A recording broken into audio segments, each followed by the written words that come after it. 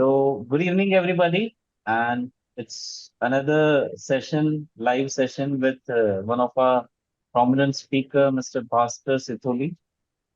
We are absolutely delighted to introduce Mr. Bhaskar as today's keynote speaker, hailing from the corridors of Prime Focus Technologies, where he reigns as the Senior Vice President of Techno-Creative Solutions.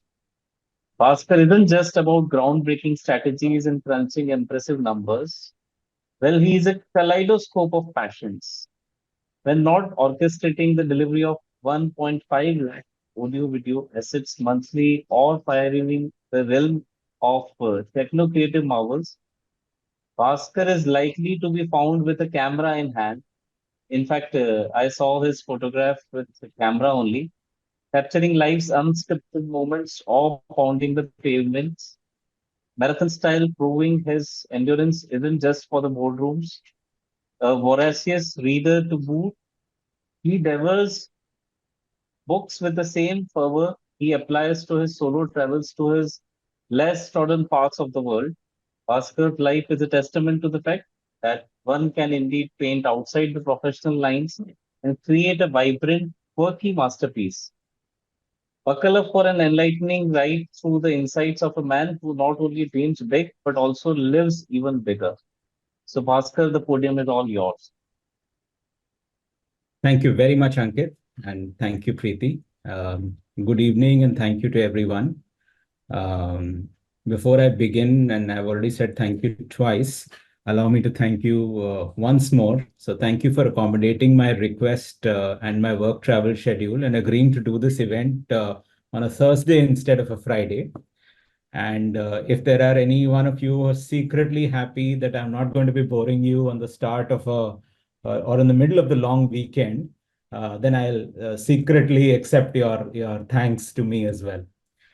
But on that note, let's start. So when Preeti called me to choose a subject for today's talk, she threatened me with a timer of 3 minutes. God only knows why it was 3 minutes, but I realized she meant business, and she was very clear that I need to come up with one. And she also sort of, that threat was accompanied by a warning, which said, "Don't pull out any slideware and make it boring for us." And and when I was talking to Ankit this morning, he gave me color on all of you, and thankfully, both Preeti and Ankit articulated that a lot of you are not from the media industry. So I'll try and make this as fun and as interactive as possible for us. If you feel that I'm droning on, stop me, and feel free to ask questions.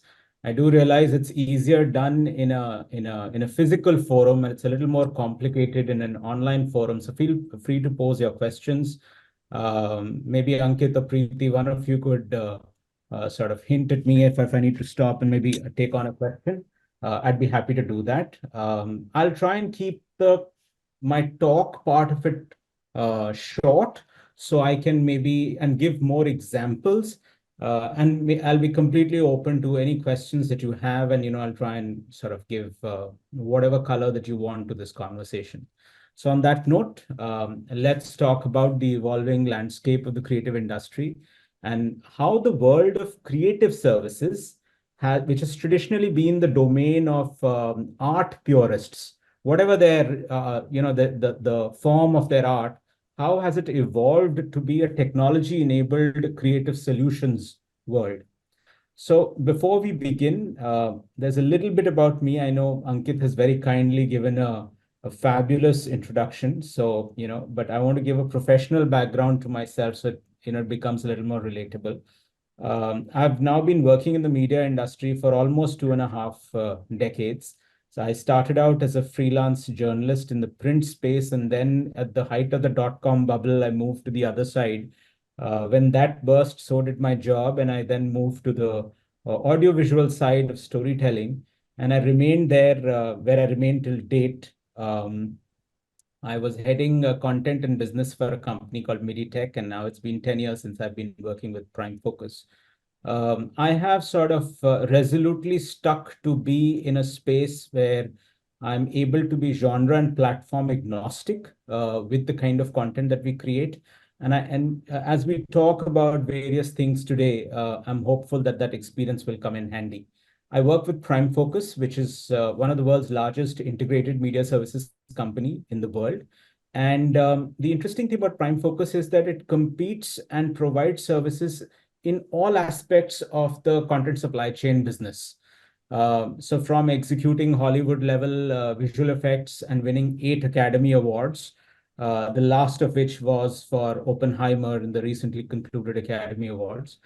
And there is also Dune 2 that's in theaters at this point in time. Dune 1 was also done by us. So from VFX work for the Hollywood world and the European cinema and the Brit cinema, whatever you say, across the world, to being one of the largest VFX houses in the country and also one of the largest in the advertising business in India. We also have footprint in content localization, in camera equipment and shooting stages, rental businesses. We are also in the music creation space. And all of this is powered by a proprietary media ERP platform, which is called Clear. And Clear as a platform has been specifically crafted for those who are either in the business of content, which could be anybody in the M&E industry, or people who use content to power their businesses. So it could be a brand which is using marketing communications to push out messaging to their audiences, or it could be a government, either or. And we work with all of them pretty much around the world. So now with that background, let's get back to our topic of the day, which is the evolving landscape of the creative industry. To keep this conversation relatable, as I have already been forewarned by Ankit and Preeti, we'll try and stick to the marketing, communications, and advertising side of the creative business. However, we will sort of, digress periodically, and I'll try and make sure that all examples are relatable. Wherever not, feel free to jump in, and we'll provide relevant examples. So let me just quickly take us back to the time when at least I was a child. Ramayana, Nukkad, Bunyad, and DD used to be big names on TV. And at that point in time, if you were a brand and you wanted to get your big name, brand name across, brand messaging across to the audience, it was all about uh, mass communication. So you either hit, you got an ad slot in primetime TV in one of these shows, or you hit the front page of a big newspaper with a large circulation, or you went across to All India Radio. There were no private players at that point in time. But in today's world of social media and multiple other platforms, I mean, and there are tons of platforms, there are far more channels to begin with. There is OTT and OTT in multiple forms. I mean, people on the social side, people are now calling LinkedIn the new Facebook. So, and there are screens even in your toilets when you sort of visit a theater or the airport. So there is everywhere people are screaming for your attention. So the need to hyper target marketing, communication, messaging for your audiences has become the need of the hour. Uh, there is also, with two-way communication and data now being available, this is helping us craft specific messages for different cohorts of audiences. And we're seeing this not just in the on the advertising world, but we are also seeing this in on the OTT platforms. Like take, for example, Netflix. Now, Netflix has, for example, broken down its audiences into specific cohorts. They've managed to study global audiences and said, hey, here are a fixed way of looking at the audiences.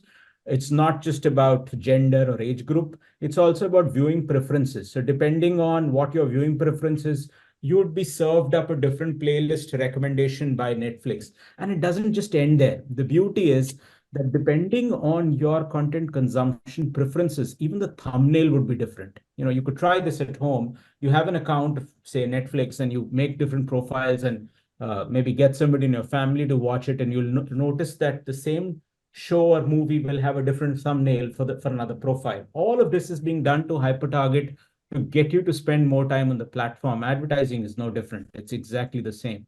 So volume of communications, if I may, to hyper target audiences have increased tremendously.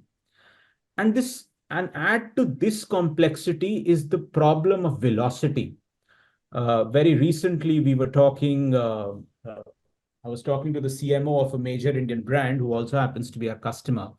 And while outlining their business challenge, he mentioned to me that about uh, a couple of decades ago, or maybe even up to a decade ago, it was possible for them to reasonably plan their marketing calendar for an entire year. Till a few years ago, they could plan their Marcom calendar for a quarter, but now they can barely scrape through a month. And the reason for all of this is there is tremendous amount of reactive marketing that needs to be done to maintain visibility in the market. There is also the multiplication of the core marketing message that needs to be done across various platforms. And, you know, so for all of this, we are seeing that the velocity of communications have also increased. So how do we deal with this problem of velocity and volume that are going up? Our purest artist will have to succeed, will have to make technology an ally in this brave new world.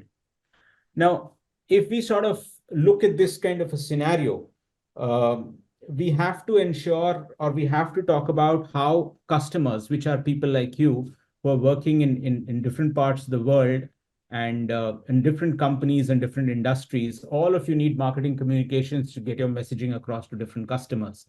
This could be a B2B customer or a B2C customer, depends.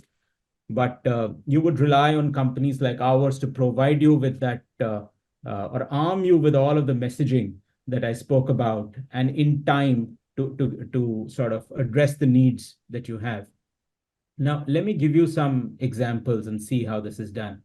Uh, since we are sticking to the advertising and marketing communications world, let me take the example of, say, a Star TV. Now, we do all the marketing communications for Star TV. And so they've got about 35 plus channels today and their OTT platform, Hotstar, for which we do marketing communications. Now, if we were to look at, at this, uh, the amount of promos that they generate every single day is humongous. And if you notice, once you see a promo for a show, there would be a version for that promo that will get created. So imagine if you're promoting a show called ABC, and that show is about to air next week. So that will say, don't forget to watch show ABC on channel so and so at this particular time next week. Then it'll say coming up uh, tomorrow, coming up tonight, in a few hours. There are multiple versions of these promos that need to be made. In an earlier scenario, we used to do all of these things by literally, like, an editor would sit down and craft all of these messages and push them across, and manually edit out all of these versions and push them out. Today, that has changed.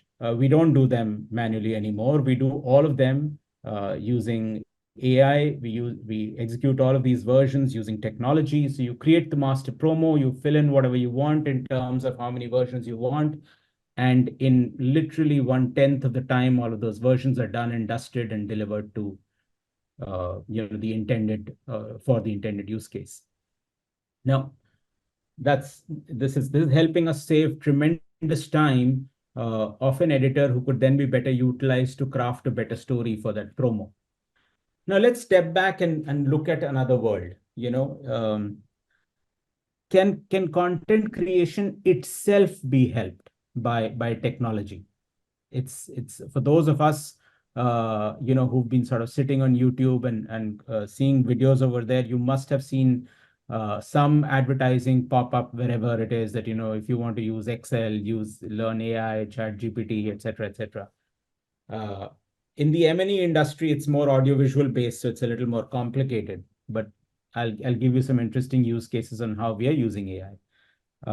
So imagine if you are a broadcaster or an OTT platform, and you've just bought or licensed the entire James Bond movie library, okay? And you now want to promote that to your audiences. So you will hire a creative producer, you'll hire an editor, you'll hire a graphic artist, and you'll tell them, I spent a lot of money. This is an expensive licensing.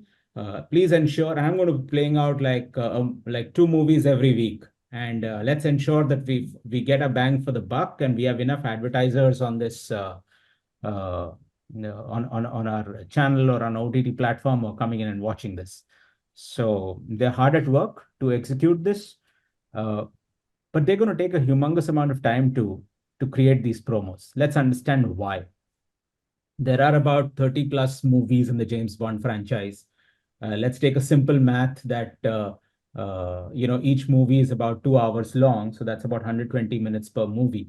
Now, if you're a promo producer, what will you do? To create a promo, for those of you who are not in the movie industry or not in the content creation industry, all of you've seen trailers and promos on TV, and you go and watch cinema. So this is very relatable stuff. I'm not talking about anything that's not relatable. uh, they put all the best shots together. They try and add a storyline to it which hooks you, and you feel, yeah, I think I want to watch that. And then you go and watch that movie. If the trailer really sucks, chances are you're not going to watch that. So it's imperative. It is an advertising of a movie or a TV show. That is what a promo is. So let's go back to our example. There is 30 movies, at least a minimum, and 120 minutes of each of those movie, which your people will have to sit and scrub through and watch. Imagine somebody sitting like this and watching all of it.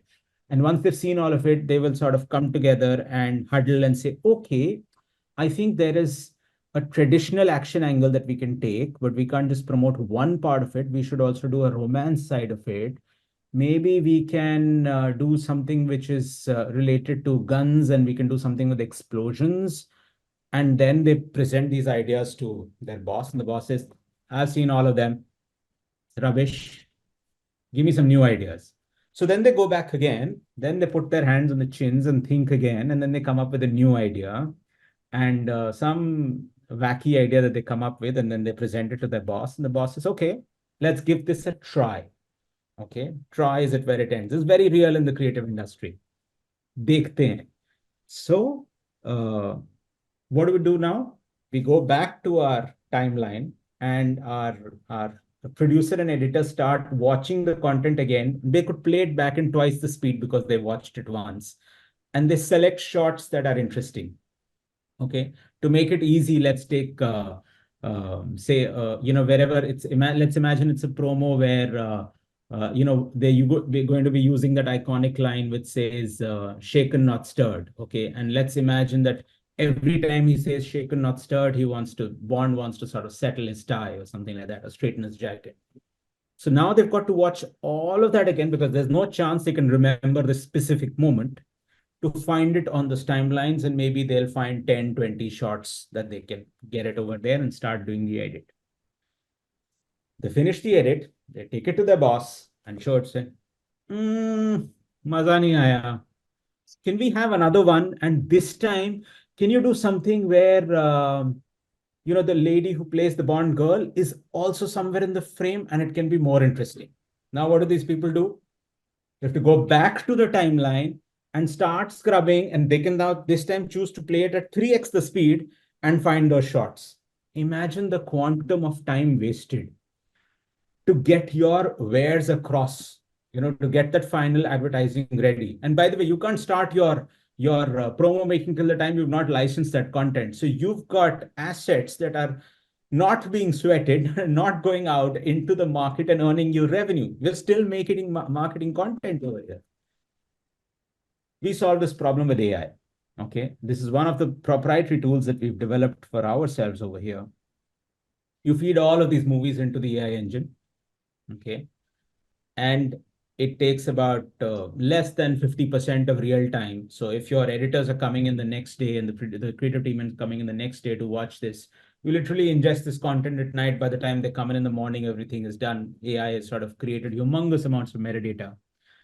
And what do? You open the interface, which is enabled within an edit software.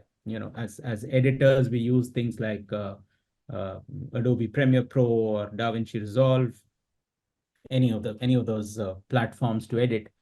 You open a window within Premiere Pro, you log into Clear, and you say, shots where Bond is settling his tie and also saying shaken not stirred, and I also want to see the leading lady in it. You literally type it in regular English, okay, and bam, you come out your shots. You don't have to scrub through hundreds of movies. You don't even have to watch it once if you know the content reasonably well, or if you know the storyline. Yeah, you're good. Which means that your reaction time to deliver content or to have a discussion with your boss is significantly faster. What does this mean? We've suddenly taken away all the time that was being spent on repetitively looking for work, and what we can now spend time is creatively thinking of a better product. We've created virtual net new creative time for ourselves and for our teams to work upon this. And this is a game changer. We've gone a step further. We studied literally thousands of promos that have been made, and we said, hey, we now know that people look at promos in a particular way. And all of you will be testament to this. Think back to all the promos that you've watched and all the movie trailers that you've watched over a lifetime. They'll all have action shots. They'll all have some intimate moments. They'll all have some romantic moments. They'll all have some key dialogues. Okay, they'll all have some blasts, some action, something happening over there. They'll all have some establishing shots to show some beautiful vistas of the location, a lovely skyline of a city, or if it's a period drama, then some shots of what that sweeping landscape of vista is. You can literally break it down. So what the system does is when you ingest the content in the system, it will auto-populate all of these lists for you. It'll also rank it the way you get search results, say on a Google when you search it, in order of what it thinks is the right priority. And the system learns. So every time you're getting better and better search results, which means that creative people now have the ability to spend more time creating brilliant pieces of work which are likely to work better rather than just repetitively searching for content. And that's a game changer. Uh, and of course, you can start your promos much earlier and hopefully get more runs of the same assets and make a lot more revenue. Let me give you another example. Uh, I believe there'll be a lot of us over here who love cricket, many other sports. I mean, whatever you want. We've developed tech which allows us to create match highlights. Now, match highlights we've been seeing since time immemorial, that people would be actively logging. Okay, this is a 4, this is a 6, this is a wicket. Here's an interesting reaction from somebody. Here, somebody twisted their foot, and this is what happened, and somebody fell, and there was an audience reaction and something. There was an audience in the stadium who ran across the field, and there was disruption. All of this sort of goes into a highlight. So we looked at this data, matches upon matches upon matches, and we said, do humans really need to create these highlights? And we came up with an answer: no, not really. So we dive deeper. Actually, it's really simple. It could become literally like a bag of chips untouched by hand. What do? You put into the system, what is the duration of the match highlight that you need? Okay. What do you want to focus on? Literally like a drop-down menu. Hey, I want to focus on wickets. I want to focus on dot balls, and maybe I want to focus on a few audience reactions. And I want the leaning towards, say, the Indian cricket team. If imagine it was India-Australia match, I want to see it. We're Indians, so we want to see more about our team and less about Australia. That's the leaning I want. And I want it to be for 7 minutes, 30 seconds. And you say, create. It's ready. It's ready then and there. Ask a human being to do it. There'll be armies of people who'd be scrambling to put it together very quickly so that you as an audience can have a real-time experience. There is always the possibility of a human being to intervene and fine-tune it. That's there. But what are we doing? We're taking away a lot of repetitive stuff and ensuring that human beings can focus on elevating the experience, on making it more relatable for the audience. But the repetitive stuff, Machine's taking care of it, and it's quite decent. Even when there are two shots that are coming together, there is an audio dip and an audio rise, even nuances like that, the system is being able to take care of. Let's talk about a few more examples. Uh, our mobile phones have literally forced us to start watching content in a vertical format. When this started, what was happening is that we were traditionally shooting content in landscape format, or 16:9. That's the preferred ratio for the television content creators. It's with vertical, it's people say 9:16, and that's not where it ends. Somebody wants a video in 1:1, somebody wants it in some other format. I mean, each platform has a different way of rendering video on their platform. So the video has to be reframed. When this process started, people were doing this manually. In the early days, people expected you to turn your phone from landscape, from vertical to horizontal, for you to sort of watch the video. That people found quite irksome, and they wanted to watch it straight.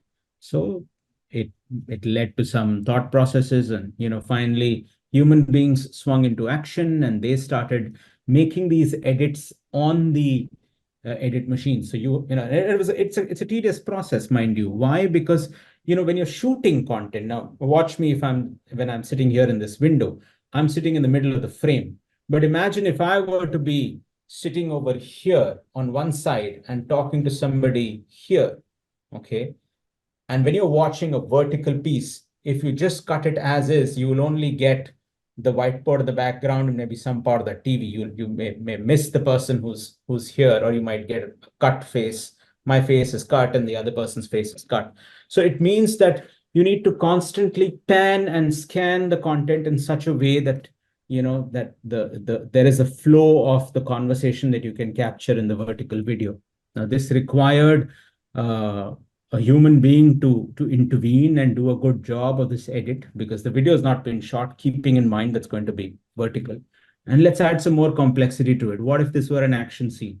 What if this was out of Wonder Woman, as an example, and there is a battle happening on the beach over there? It gets even more complicated. And what if it was an advertisement running on YouTube? It's been shot horizontally. You need to convert this. It's complicated. Now, for this, human beings were sitting and doing this. This is something that we now have AI engines to do, and they will take it to a particular point, whereas the quality is acceptable. You still want to cross your T's and dot the I's. You're totally free to do that, but it is taking away the bulk of the hard work that you were doing earlier. Is it 80% accurate? Hell yes, it is. Is it 85% accurate? In most cases. Is it 90% accurate? I'd say, yeah, reasonable. So the amount of time that we as content creators are now spending reframing video in different formats has changed. So we can spend on time on telling great stories, stories that will resonate with the audiences, rather than working on in a world where we're spending time on the technicalities of it. And that's what technology is enabling for us. It doesn't stop there. We're using AI tools for content localization. A lot of us would have seen subtitling or supers coming up on YouTube as we are watching videos. We are also seeing it on Microsoft Teams and many other platforms. You switched on and it starts transcribing. So that's also there. We've taken it a little further. When you're watching emotional content, like a movie, etc., it needs to be a little better. So I think that's we're pushing those boundaries. Not just that. A movie, once it's made, and I'm sticking to movies over here for this particular example. Let's go back to a James Bond movie. Imagine if it were to be played out in India, and Bond is smoking a cigar or something, or some character is smoking a cigar. Now, the way Indian rules are, you need to put in a no smoking disclaimer, and in another territory, you may have to completely blur it out, or there might be an intimate scene which has to be blurred out in a particular territory. It's complicated. Imagine if this movie was sitting in an aircraft viewing library. So depending on the territory that it's flying to, the same movie will have different ways of standards and practices that it needs to adhere to. Imagine the human being who has to sit and look at different files and sit and the mosaic different parts of the movie, put in different kinds of disclaimers in different languages. It's insane. We're getting AI to do that now. So what people were doing, uh, literally armies of people doing content localization for different uh, languages in different territories are now actually being done by AI. And it doesn't end there. So there will be always a scenario where AI is likely to miss something or to skip something, or it's not entirely sure. So it will always flag off that piece of content to a human operator who will look at it, provide the human judgment, and take whatever corrective action that it needs to take. So what does this all mean? Does it mean that AI is going to uh, take over all the jobs of creative people? Is the landscape going to change completely? Are we now looking at a scenario where we don't need people? I think the answer over here is pretty much similar to um, what we're saying in the other industries, that this is it's a tool. It is enabling efficiencies. It is enabling an all new era of jobs. In a way, people will of course will have to find new ways of working. They'll have to be open about it. um, if I, since Ankit was also kind enough to mention that I enjoy photography, let me take the example of how photography developed. You see, in the earlier days of film, uh, camera equipment was expensive. So a lot of people, simply by virtue of owning that equipment, called themselves a photographer. And then came the world of digital, where you didn't have to go to a lab. You shot an image, and there it was ready. You could see it on a desktop or on a laptop or whatever. You could edit it and get it done. Uh, that changed the landscape. And then it changed even further when you got cameras in your phones. Anybody could take a picture. You don't even need to open a camera. You didn't even need to own a camera with complicated settings. You could take a picture however. And then it went even further. You had AI enabled tools. You take out your camera, you point it to a scene, and the AI engine tells you these are the multiple options in which you can take these pictures. Okay, it started with simple artistic effects. Now there are AI engines that are studying works of different artists and saying, hey, I think this works lovely. This is a very Ansel Adams type frame that you can do. Some AI tools are going even further and recommending that you pan your camera a little bit up and down, and it'll then recommend the best possible frame for you to take. It's changing the game. So what does it mean for a photographer? It means that the photographer then has to really come up with the most incredible, ingenious way to present his or her information. And that's going to raise the bar of art overall. And I think that is what we're seeing in the media industry. So this is solving a business problem. It's solving a problem of technology, is helping us to tackle the problem of velocity, volume, uh, data on in the audience subsets, is helping us be more relatable to specific cohorts. And I've got a short film to show you, and I'll come to that on data-led creativity. Uh, Sorry. So apologies, I missed my thought. Yeah. So with multiple cohorts that are now there, we are now able to create content specific to those cohorts, because we understand them really well. We now know what their preferences are. We now know at what point do they switch off, where they're not interested. So the content can then be created in such a way that they become very interested in watching the content, or are likely to watch it for a longer duration. So there are these whole spaces that are available. Let me take the example and show you a piece of content that we ended up doing for Uttarakhand tourism. It's a recently concluded campaign. A lot of it is still under wraps, but I'll probably play out a film for you, which is which is now in the public domain. To give you a background, we realized that the footfall of foreign tourists in the country was limited, specifically in the state of Uttarakhand. While there is tremendous footfall that is coming into places like Rishikesh, which is the yoga capital, literally of the world. There is footfall in Haridwar. There is some footfall coming into Dehradun and Badrinath. But primarily, if you look at it, the rest of the state isn't seeing a lot of footfall. If we were to look at this from an economic standpoint, we also want to invite people who are coming in from economy from countries that are whose currencies are strong. We want to get those more people in. So let's say if we were to hyper target a specific audience and we want to bring in people from, say, Europe, the question that they might ask us is, we've got the Alps. Why should we visit Uttarakhand? We've got enough hills over here, enough mountains, enough snow over here. So we realized that we need to find a way, and this is the creative part of it, that we need to bring in a messaging over here where they are invited to see life above 10,000 feet. You see, our Himalayas are far higher than any Alps. I mean, at 10,000 feet, the Alps have mountain peaks, whereas what we have at 10,000 feet are people living normal lives. I mean, children going to school, there's somebody living over there, there's farming happening, and people leading a happy life. We also want to promote our homestays. We also want to promote our local culture. We want to promote community tourism. We want to do a lot of that, and we want to be really proud of it. So we put together a campaign in that space. Similarly, we looked at monsoon tourism. We realized that during monsoons, the number of people coming and visiting the hill state have, it's very low. I don't know how many of you decided to visit a hill state during monsoons. But does that mean that there are no people who would like to visit Uttarakhand during monsoons? Yes, there are. There are purists, adventure seekers who would want to experience the monsoons in the Himalayas.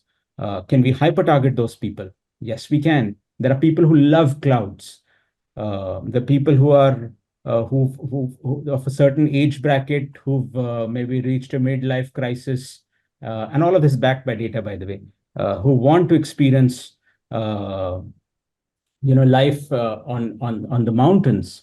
They can totally come and visit Uttarakhand and experience this. So let me play out this little film for you. Mind you, this is made specifically for an international audience. So for a lot of you, this may seem run-of-the-mill, but that's what making content for specific cohorts is all about. Okay, so Yeah. here we go.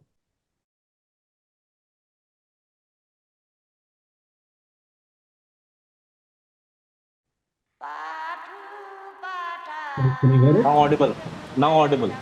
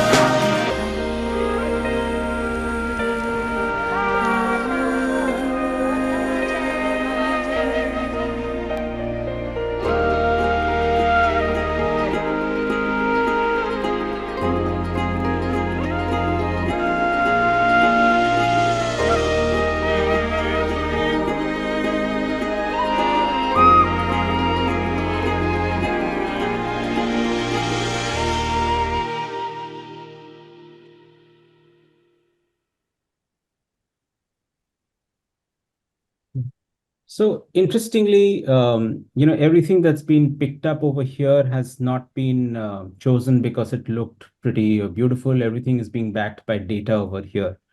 For example, the garment that the child is wearing is a very bright color, Mm. specifically done to attract attention. Okay. Uh, it's also true that it's a color that yellow and amber is something that internationally sort of viewed as something that grabs attention. It also contrasts well with the background. um, Children have been used over here as the child has been used as a protagonist over here because it's also a way to say that it's safe, it's welcoming, it's warm. You can bring your family over here. It's 10,000 feet plus, which it's not a hostile environment where it could be. As if you'd have to be an alpinist if you were to be doing this in Switzerland or in France or in the Italy or wherever else that you're doing this. It's a place where you can have a normal life. You can visit these people's homes. You can experience life as it goes along. So, there is it's been crafted as a message, keeping in mind all of these data points, so it can hit home. And it also allows us to make simpler stories. You don't have to make a very complicated story to give out a messaging, because what will push buttons for relevant audiences and how can you create the best possible ROI for your audience. And that I want to use as to segue into the next part of the conversation, which is when you're making that humongous quantum of content for your customers with massive velocity, massive volumes. Customers still have the same amount of money to spend. There are a lot more platforms. So, how do you ensure that content is going to hit home? So that's what data helps us do. And the other thing is, how do you make content which is within a particular budget for them? Uh, Thank you, Ankit, for pointing out that we've got 10 more minutes. I will wrap up in the next 2, 3, and then maybe we can have a short discussion. Uh, I'll just blame Preeti for this because she gave me only 3 minutes to choose a subject. But I'll still try and not go over. Uh, customers do want it to be, our forever. I mean, all of you are from IIM Ahmedabad, so you would love the faster, better, cheaper triangle, which is the a perfect value proposition for any customer. This is exactly what we do. Technology-enabled communications, technology-enabled creative solutions. We are letting our customers know that if you use technology, you don't need to worry about what tech we're using. You don't need to worry about what the back end is. You give us a mandate, and we'll deliver it to you to specifications, which will hopefully help you get your eye at a price point that you want, in the time that you want, and for all the volumes you need. That's really the whole point that we're doing. Can say a purist artist do the same thing? It's not possible. It's not humanly possible for you to generate thousands of pieces of content alone. And who all are using this? Pretty much all our customers, and not just in the M&E industry. Tata Play is a large customer for us. They use a service. They use our services. We generate about 10,000 odd pieces of content for them in multiple shapes, sizes, languages for them. We provide a similar service to the Bangalore International Airport Limited, and I mean, and they are a PPP, a public-private partnership. So that's about as complex an organization as can get. But I must say they're one of the most forward-looking organizations that I've worked with, and they insist on technology. In fact, the Bangalore airport, and if you've been seeing a lot of their press communications and messaging, they are at the edge of cutting. They're using pretty much cutting edge technology all across. So I think there are multiple use cases. Customers are getting to understand this. Brands are understanding this. Businesses are understanding this, that technology-enabled creative solutions are the go, and they are demanding more of the creative industry. And that's the change in the landscape that we've seen, from being the purest one person, few people, to democratized, high volume, high velocity, ROI generative, the world that we are looking into, that's the space that we are in. So this I will sort of take a pause and open out to any questions that you guys might have. Yeah. Yeah, Bhaskar, it was such a insightful session today. And that reminds me one of the videos which actually I came up last 10, 15 days before only. That was from OpenAI. That was Sora sort of application which they are working on, and that actually it's text to video sort of application, I think so. That's how the Yeah. things are changing, yes. It's quite phenomenal. We are quite excited about those possibilities. Generative AI is humongous, and we're experimenting with it in a big way. Um, and I think there is tremendous possibilities going forward. I see Sohini has raised her hand. Sohini, go for it. Yes, first of all, thank you so much. It was like absolutely, riveting and really eye-opening to know so much about the usage of AI in the media industry. And I am a qualitative researcher, and my work is so much involved with people and consumers. So I cannot help but think about, how it impacts people, which you have touched upon and have spoken about, but I would just like to sort of maybe validate what I'm thinking and, maybe add a bit more that what I understand from this conversation is, of course, technology is going to help in, compressing the time in a certain way for, a lot of repetitive work, very time intensive work. So in that way, it will definitely compress time. But I somehow feel and share what you think. It is definitely, like you, I think, also mentioned that it's going to raise the bar. It is definitely going to, heighten the stakes of human potential, of creativity. Don't you think so? Because, a lot of average work which people were doing, all of that will be taken over by technology. And then as humans, we have to really, really scale up our skills to be relevant. So I want to know your take on that. Sonia, I think you've hit the nail on the head, and I'm so thankful that this is happening. It's heartening to know that shoddy work will slowly start going away. That's the first bastion that will get broken by generative AI. Okay. Interesting what's really interesting is that when generative AI was coming into play, or when rather AI was coming into play, forget about even, this thing. Nobody expected the creative bastion to fall. They thought that would be Yeah, one of the last really. Absolutely. industries to get hit. Absolutely. It's been one of the first industries to get Yeah. hit. Nobody imagined it. And I am from the industry, I'm Yeah. telling you this. Nobody imagined this. Yeah. And as a practitioner of the art form and as a person who leads a business vertical and looks into P&Ls, I'm telling you that I'm super excited about the possibilities of generative Hmm. AI and about AI overall. I think it is going to raise the bar. It's going to force us to do better work. It's going to force us to think a little more. It's also going to give us Hmm. more time to think about newer ideas. And it's democratizing, which means that you, Sohini, can maybe come up with just as good an idea as I can.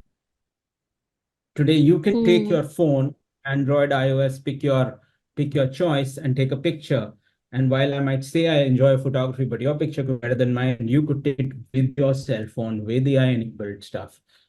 Then it's up to me as a photographer to raise the bar and say, hey, I know the subject. I have to do Hmm. better. I'll have to apply my mind really over there. And it's the same thing all across. It's true for writers, it's true for graphic designers, it's true for cinematographers, it's just true for everybody. So wholehearted agreement. But I don't agree with this time saving thing. Every time there is a new technological revolution, we assume that it's going to save time, but clients are always smarter. They also understand, oh, you're going to use AI, you're going to save all the time, you're just going to feed it in the engine. In the morning, you will anyways have all those cuts of, the promos. They know. So their expectation Correct. is also going to change. So I don't agree on this. But I think, No Sohini, it's chances of fair. errors are expected now. No, but I think it's great that they have such expectations. In fact, at Prime Focus, our whole business model is based on the fact that customers expect this. So, which is why Hmm. we say marketing communications at scale, which is powered by technology. So we don't hide behind it. We say give us business because we do this, and we are practitioners of the art, which is enabled by technology. So I think Hmm. it's great. I don't think we should hide behind it. We just need to learn how to use these tools better, be more open-minded Hmm. about it. But that's the reality, right? I mean, we see this That's across social definitely there. media, Yeah. everywhere. We can't escape it. So we'll have to think better and we'll have to actually even think faster. Faster is questionable.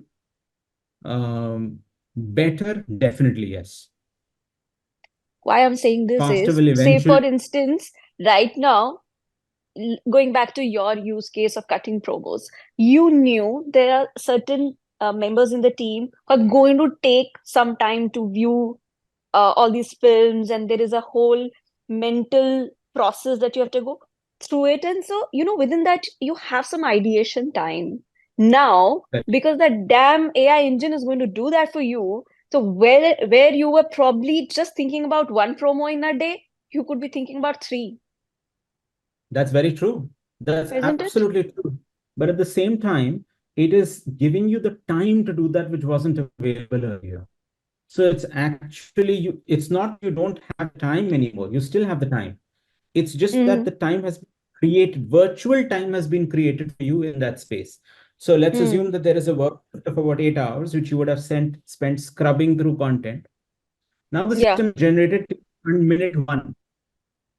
Now you can spend your 8 hours thinking about what you want to do. And you might actually have an edit ready by the end of those 8 hours rather than spending endless amounts of time scrubbing through that content. So you'd spend that new virtual time thinking about what that product is going to look like. But also that time there were probably four people working on it. Now there'll be one person working on it. And I mean, that's a choice. Could That's we? a choice. You might have multiple people who are still watching all of those options that the AI has Hmm. thrown up and ideating with it. And, Sohini, I must Hmm. bring up another thing. As human beings, we have a particular way of looking at content. You will have a particular way, Ankit will have Hmm. a particular way, Preeti will have a particular way, I will have a particular way of looking at content. It's our individual disposition at how we look at stuff, the individual Absolutely. subjectivity. AI does not have uh, that piece in it. Okay, Subjectivity. it does not have that leaning. So it might throw an Hmm. option which you've not even considered. And then, as a creative person, it's up to you to take advantage of it and run with it and create something. Thank God for that. Your Great, options great are being stuff.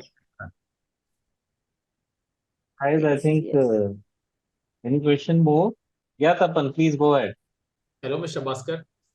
Hi, Tapan. Please go ahead. So I'm not from any IIM. I have a little different reason to be here. I was invited to speak at IIM Ahmedabad, and that's how I met Preeti. Uh, I invited to, I was invited to speak on AI and fusion of AI with art. Oh, lovely. I'm a creative director. Who's been working in the AI industry for just 2 years now. So it's a very brief Wow. period of time that I've been working That's with an AI. eternity when it Uh, comes to AI industry. So I'd say you're a very experienced so person. yeah, so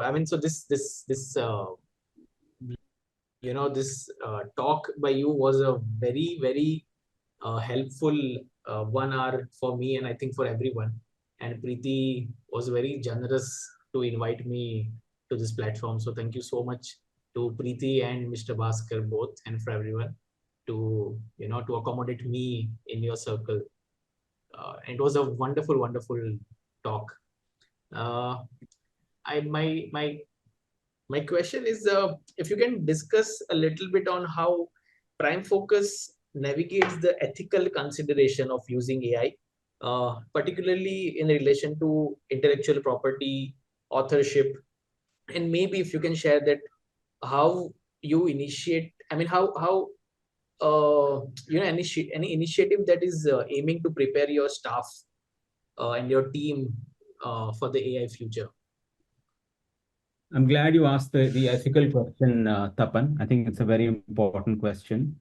So firstly, let me take that up. So everything that we've used to train our AI models has been based on content for which we've sought permission from content owners. You see, the main line of a business is still from the media and entertainment industry. So we're very careful about about copyrights, copyright infringements. That's not a space that we operate in.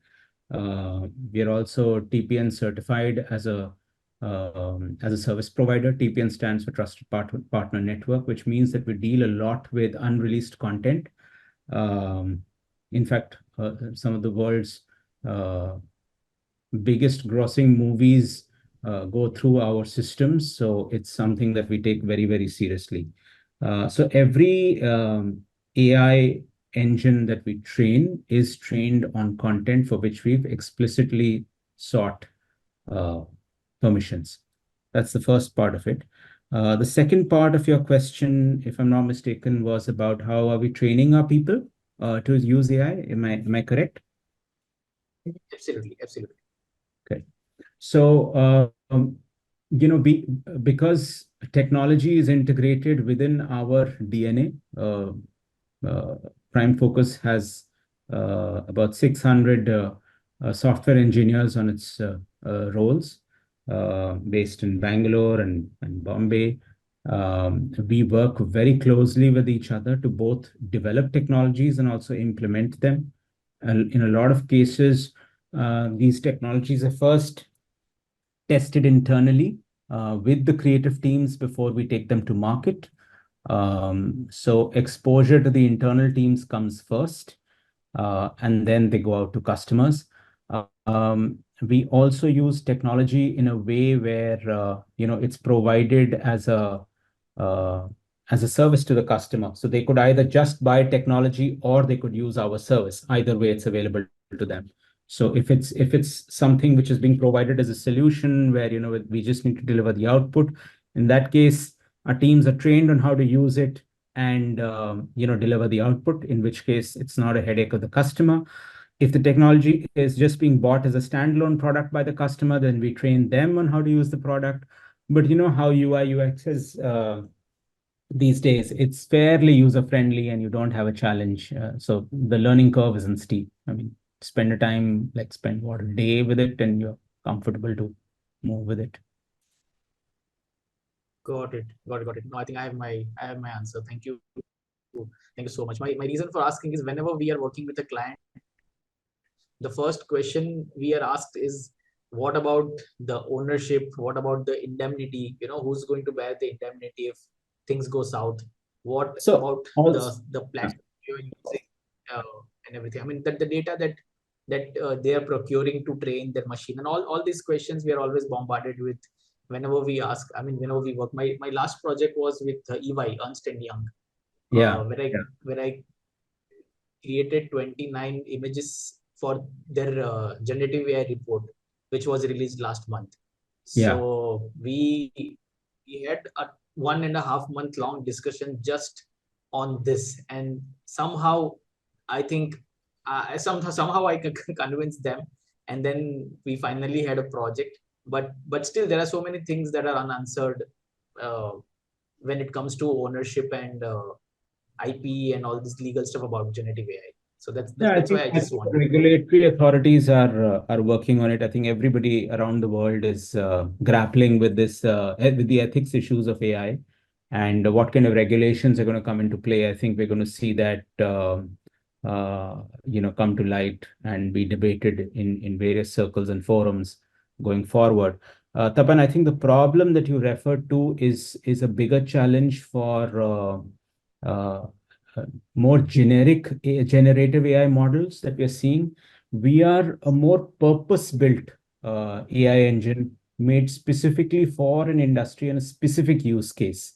So our world is a little more limited in that space compared to what general purpose AIs are doing. So this challenge would be far more for them than for us. Thank you. Thank you Yeah, so much for such an answer. I really yeah, appreciate. yeah, Bhaskar. Now I think we should take the last question from Kasha. He's raising the. Yeah, Kasha, Uh, you can go ahead. yeah, thank you. Bhaskar, is it possible? Sorry, I couldn't come on camera. Um, like if I'm, I started from acting, but I have a lot of scripts and things. But if I want to make things, or if I want to train myself in this, is there any possibilities and things? Kasha, first I must say that even though you don't have your camera on, I really like your bow tie. Thank you. But you'd have to sort of explain to me your question a little bit more. So you're saying you're an actor and you want to train yourself in AI. I didn't quite No, no, catch the no. question. I'm working on script. If I want You're to do working. a part and things like, so how effective this tool would be? I was a little late, so half of it I missed. I'll go through it and come back. But as a aspirant director, you Hmm. know, to make a pilot and things like, and if I want to train myself in this particular AI and things, is there any training opportunities and things like?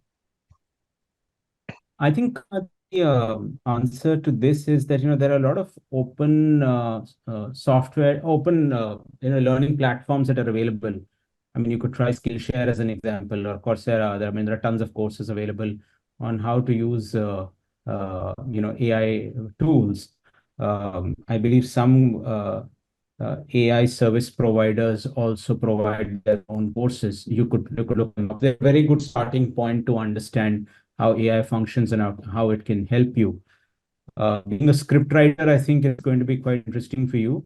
You can use it as a research tool. You can use it as a proofing tool. You can think about it in many ways. Um, but I would sort of highly encourage you to ensure the originality of your work, because these days content publishers, be it in the audiovisual space or in the digital or physical publishing space, also sort of want to know whether a piece of content has been generated purely by AI, or has it been is it the original work of a human being? Having said that, uh, AI generated digital artists are also becoming a thing. And in fact, the last bit that I saw, there are now award forums also that are there for them. Like if you were using Mid Journey as a tool to generate AI generated images. It's a generative AI tool to generate images.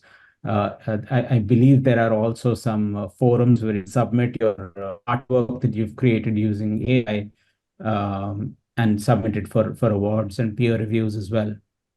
So I think Skillshare kind of forums are a good place for you to start. Great. Thank you. Thanks, Bhaskar, for joining us for such an insightful and thorough session and having a good patience for the questions and answers as well. Thanks, Preeti, for I'm creating an opportunity for us. No, it's all thanks to Ankit, Varun, and Ritika is not there. Everybody is working together. Yeah. Bhaskar, thank you so much for taking the time out. I know I have been very, very pushy, but thank you. delighted. Thank you very much. Thank you.